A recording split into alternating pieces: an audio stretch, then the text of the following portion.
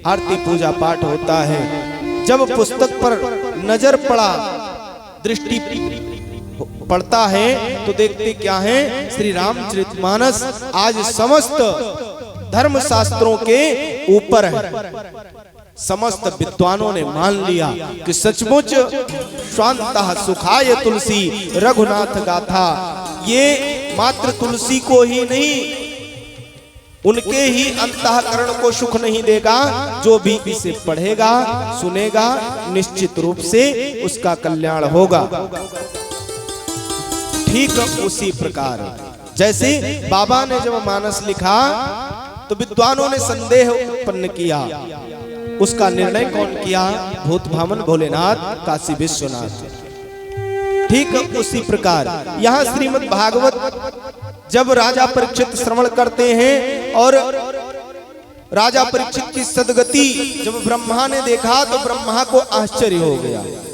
उन्होंने धर्म तराजू सत्यलोक में रखा और तराजू में अनेकानेक शास्त्र पुराण रख दिया एक तरफ, और दूसरे तरफ श्रीमद् भागवत महापुराण को रखा। लेकिन इतनी सामर्थ्यता कि वह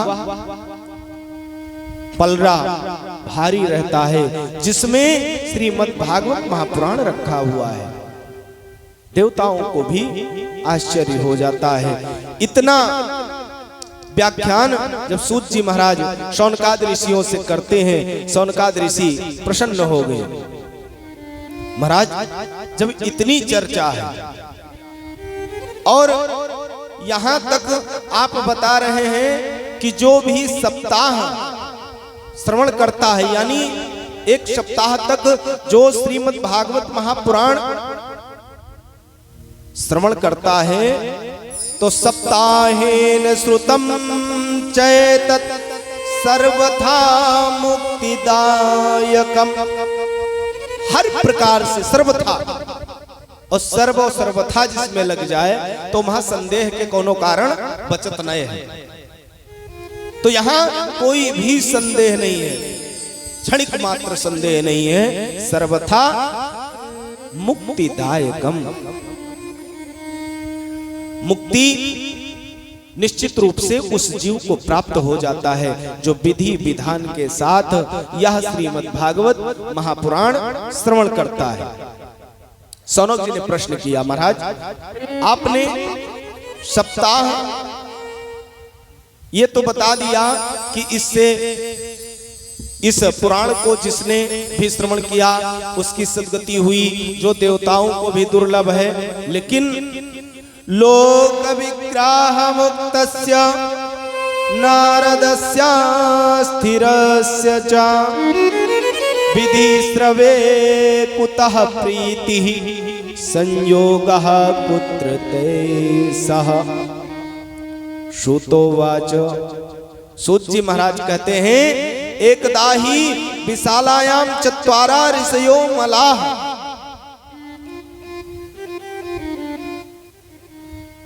सत्संगार्थम समायाता ददृश्यो तत्र नारदम। सूत जी महाराज ने कहा कि एक बार विशाला नदी के किनारे चत्वार ऋषयो मलाह, यानी शनक, शनंदन, शनत कुमार, जिनको हम आप कहते हैं, क्या कहते हैं?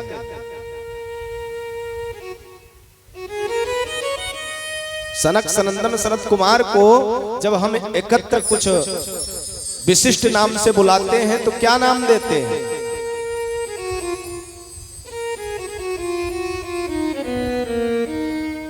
सनकादि ऋषि। तो यहां उन्होंने कहा कि एक बार सत्संग के लिए विशाला नदी के तट पर चत्वार यानी सनक, सनत कुमार, सनंदन और सनक, सनंदन, सनत कुमार, ये चार ऋषि भ्रमण कर रहे थे। इतने में नारद जी का आगमन हो गया। नारद जी का आगमन हुआ, नारद जी बहुत चिंतातुर, इतनी चिंता कि उनके चिंता को देख करके चारों कुमारों ने पूछा, महाराज आप इतने दुखी क्यों लग रहे हैं? आपका जो मुख है भाई, प्रसन्नता का जो मुख होता है वो कुछ अलग होता है, और आप दुखमय हो, आपको कोई पीड़ा सता ले, कोई कष्ट सता ले, दिमाग में कुछ उलझन चल जाए, वायरस भर जाए, तो फिर मोबाइल काम नहीं करती है, ये तो दिमाग है। तो आज नारद जी को चिंता, और चिंता करके भ्रमण कर रहे थे। चारों ऋषि से भेंट हुआ, ऋषियों ने देखा, ऋषियों ने प्रश्न किया, महाराज आप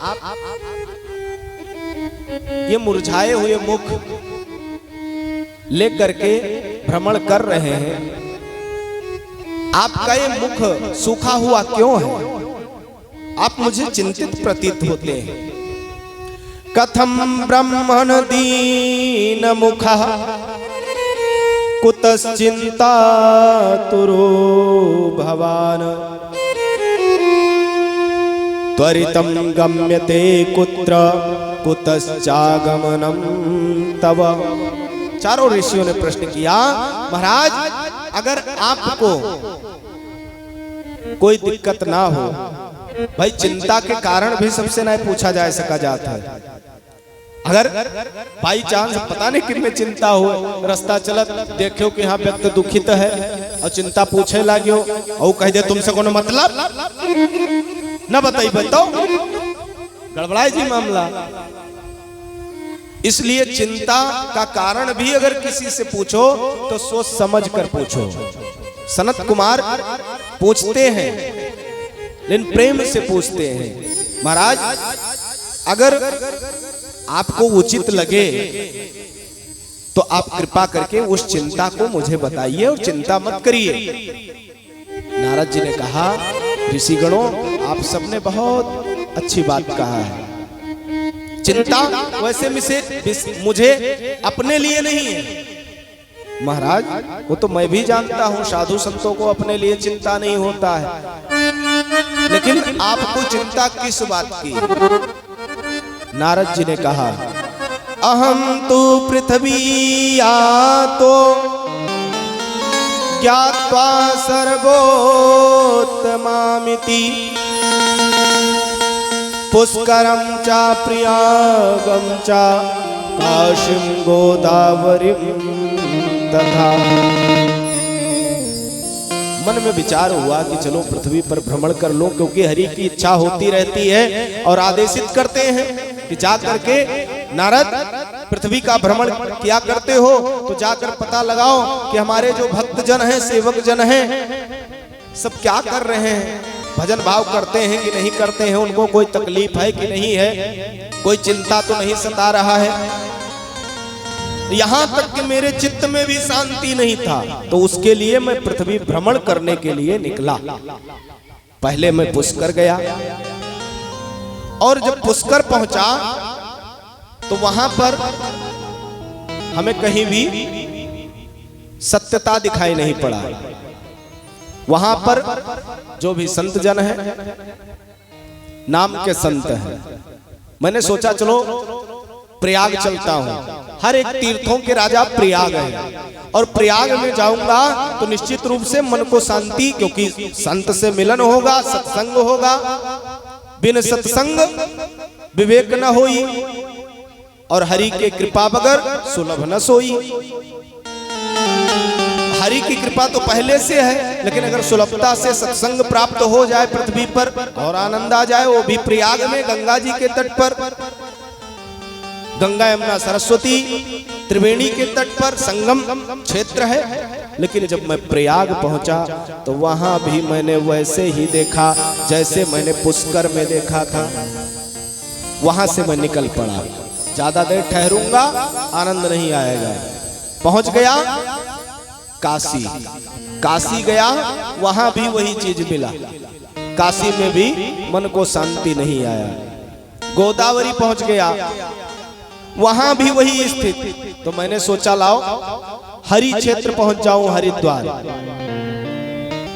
हरि क्षेत्र पहुंच गया, वहां भी शांति नहीं मिला। हरि क्षेत्रम कुरुक्षेत्रम श्रीरंगम से तु बंधनम, हरि क्षेत्र पहुंचा, वहां शांति नहीं मिला। कुरुक्षेत्र पहुंचा, वहां भी वही स्थिति। श्री रंगनाथ के दरबार में पहुंचा, वहां भी वही स्थिति। सेतुबंध के किनारे मैं सोचा चला जाऊं, वहां कुछ शांति मिल जाए रामेश्वरम के दरबार में, लेकिन वहां भी एवमादिषु तीर्थेषु भ्रममाणयितस्ततः, कहीं भी हमको शांति प्रतीत नहीं हुआ। तो महाराज, तो आखिर आपने देखा क्या? मैं आपकी चिंता का कारण पूछ रहा हूँ और आप पूरा कथा सुनाते जा रहे हैं। श्रीरंगम सेतुबंधनम हरि क्षेत्रम कुरुक्षेत्रम पुष्करम चा प्रयागम चा काशी गोदावरी, ये सब आप सुना रहे हैं। आखिर चिंता का कारण तो बताओ। चिंता का कारण एक नहीं कई हो गया है महाराज, लेकिन विशेष चिंता एक है। किंतु आपने आखिर देखा क्या पृथ्वी पर? पाखंड निरतः संतो विरक्ता सपरिग्रह। महाराज, बड़ा चिंता हो गया मुझे। क्या चीज देख करके चिंता हुआ? पाखंड निरतः संता। इस पृथ्वी पर जो भी संत जन हैं सब पाखंड में निरत है। कहीं भी क्षणिक मात्र संतता रह ही नहीं गया। कहीं हजारों में एक दो। हम अब हमारे तरफ मत देखिए, क्योंकि हम कालने में हैं। हम तो संत है नहीं, रखा लिए दाढ़ी बाल, वो बात अलग की बात है। मजबूरी, बस लिखना पड़ता है संत जयराम दास, लेकिन संत नहीं हो भैया। संत सब जंगल में रहते हैं, पहाड़ियों में रहते हैं। हम तो बढ़िया पंखा हवा खाई थे, कूलर के हवा खाई थे। संत के लक्षण ना है। तो पाखंड निरतः संतः संतो विरक्ता सपरिग्रह। पाखंड में सब संत निरत हैं सदैव। बाहर कुछ दोसर बात, और जैसे अंदर पहुंचते हैं आश्रम के, कुछ बात दूसरे हो जाते हैं। कहीं अच्छा ये तो बहुत गड़बड़ है, कहीं और नहीं। जे अपने आप कहीं विरक्त बतावत है। विरक्त मतलब जानते हो? विरक्त उसे कहते हैं जिसके रक्त के द्वारा संतान की उत्पत्ति ना हो, यानी सन्यास ले ले और फिर वो विवाह इत्यादि ना करके परिवार से दूर हो जाए, अपना परिवार ना बसावे और अपने द्वारा, अपने रक्त के द्वारा पुत्रोत्पत्ति ना करे, उसे विरक्त कहते हैं। लेकिन महाराज, मैंने देखा क्या, नाम के आगे लिखे हैं विरक्त, लेकिन सपरिग्रह। उनके परिवार के कोनो ठिकाने नहीं है कि कई लड़का है, एक लड़का है कि दो लड़का है कि तीन लड़का है कि चार लड़का है। ये सब देख के हम बहुत चिंतित हो गए हैं। कहीं अच्छा, कहीं और का देखो? तरुणी प्रभुता गे है श्याल को बुद्धिदायका। एक चीज और देखा, कहीं का देखो? कहीं तरुणी प्रभुता गे है। हर एक घर में अब चलावा तरुणी, तरुणी मतलब स्त्रियों का हो गया है। अब पति देव बाजार जाए, सब्जी लावे चाहे न लावे, हम मंगा ले। ऑनलाइन सब्जी आवत है, कोनो दिक्कत नहीं है। यानी घर के सब देख रेख तरुणी प्रभुता के है, उनकी प्रभुत्व हो गया है। कहां पर? घर में। महाराज, तो और आपने क्या देखा जो आपको विशेष चिंता हो गया? श्याल को बुद्धिदायका। पहले घर में जब कोनो कार्य होत रहे, पूजा पाठ होत रहे, विवाह आदि होत रहे, तो भाई बंधु गांव वाले से, रिश्तेदारन से बाद में पहले अपने घर में जो बड़ा है, श्रेष्ठ है, जैसे बड़े पिता हुए, पिताजी हुए, बड़े भ्राताश्री हुए, यानी पूरा परिवार एकत्र होकर के फिर सलाह करता था। लेकिन अब उनमें नहीं है। तो कहन महाराज किम में रहे? कहने सियाल को बुद्धिदायका, अब हर घर में सलाहकार साले साहब बनकर बैठ गए हैं। अगर साले साहब ना ही हैं, पर्चा ब्याह के न बनई हैं तो बिहाव कैंसिल हो जाई। यूं देख के हम बहुत दुखित हो गए। कहने अरे यूं तो कलयुग आए, ये सब चला करता है, इका देख के न चिंतित हो। नारद जी से कहने लगे सनक सनंदन सनत कुमार जी, कहने इका चिंता न करो, और आगे चिंता बताओ। ये सब तो कलयुग आए, कलयुग महन तो ये सब हो ही न खाए, कौन बड़ी बात हो गई। कहने एक और हमें चिंता सताए नहीं। कहने वो विशेष चिंता क्या है? जब हमको कहीं शांति नहीं मिला तो मैं सोचा जहां पर भगवान ने अपनी लीला को दर्शाया है, जन्म लिया है, जन्म के बाद जिस धरा पर, जिस क्षेत्र में भगवान ने अपने बाल्य लीला को दर्शाया है, ऐसे क्षेत्र को मैं जाऊं, हो सकता है मेरे हृदय को शांति मिल जाए। ऐसा सोच करके मैं यमुना जी के तट पर वृंदावन पहुंच गया। और वृंदावन जब पहुंचा तो वहां भी मैंने एक विचित्र घटना देखा। महाराज वो घटना क्या है? घटना कैसा है? ये घटना मैंने ये देखा, एका तु तरुणी तत्र निष्णा खिन्न मानसा। मैंने देखा क्या, यमुना जी के तट पर एक तरुणी, तरुणी मतलब नई नवेली स्त्री बैठी हुई है, और उसके पास जो खिन्न मन से मतलब दुखित है, और उसके पास है क्या, वृद्धो दो पतितो पार्श्वे, तो वृद्ध पार्श्वे यानी पास में लेटे हुए हैं। मैंने सोचा होई कोई होगा, लेकिन मैंने देखा क्या, और कुछ स्त्रियां हैं जो बहुत ही सुंदर हैं, और वो तरुणी स्त्री जो बैठी है उसको वो पंखा डुला रही है, चंवर हिला रही है, हवा दे रही है।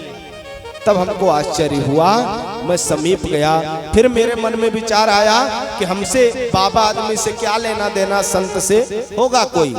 आगे बढ़ लिया देख करके। जैसे मैं आगे बढ़ा तो उस तरुणी ने आवाज दिया, भो भो साधु क्षणम तिष्ठ मन चिंतामपि नाशय।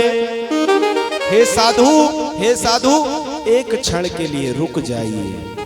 भो भो साधु क्षणम तिष्ठ मन चिंता, मेरे चिंता का नाश करिए, मेरे चिंता का जो कारण है उसको जानिए, और आपकी कृपा से निश्चित रूप से मेरा चिंता दूर हो जाएगा। ऐसा जब उसने कहा, नारद जी कहते हैं कि मैं स्तब्ध रह गया और रुक गया। मैंने पूछा, हे वाले, ना तो मैं आपको जानता हूँ न पहचानता हूँ, आपने कह दिया भो भो छड़ो साधु क्षणम तिष्ठ मत चिंता नाशे। आखिर मैं कैसे, जब तक मैं आपको जानूंगा नहीं, पहचानूंगा नहीं, आपके पीड़ा को नहीं समझूंगा, आपके कष्ट को नहीं समझूंगा, तब तक मैं कुछ नहीं कह सकता। इसलिए हे देवी, आखिर तुम हो कौन, ये बताओ। तब उस देवी ने कहा, अहम भक्ति रीति ख्याता इमौ में तनयो मतो। अहम मैं, भक्ति नाम से पूरे जग में मेरी ख्याति है, यानी मेरा नाम भक्ति है, और पूरे संसार में सब जानते हैं कि मैं भक्ति नाम से जानी जाती हूँ। इमौ में तनयो मतो, और ये जो सामने लेटे हुए हैं वृद्ध, ये मेरे तन यानी मेरे शरीर से ही उत्पन्न, तो मेरे ही पुत्र हैं।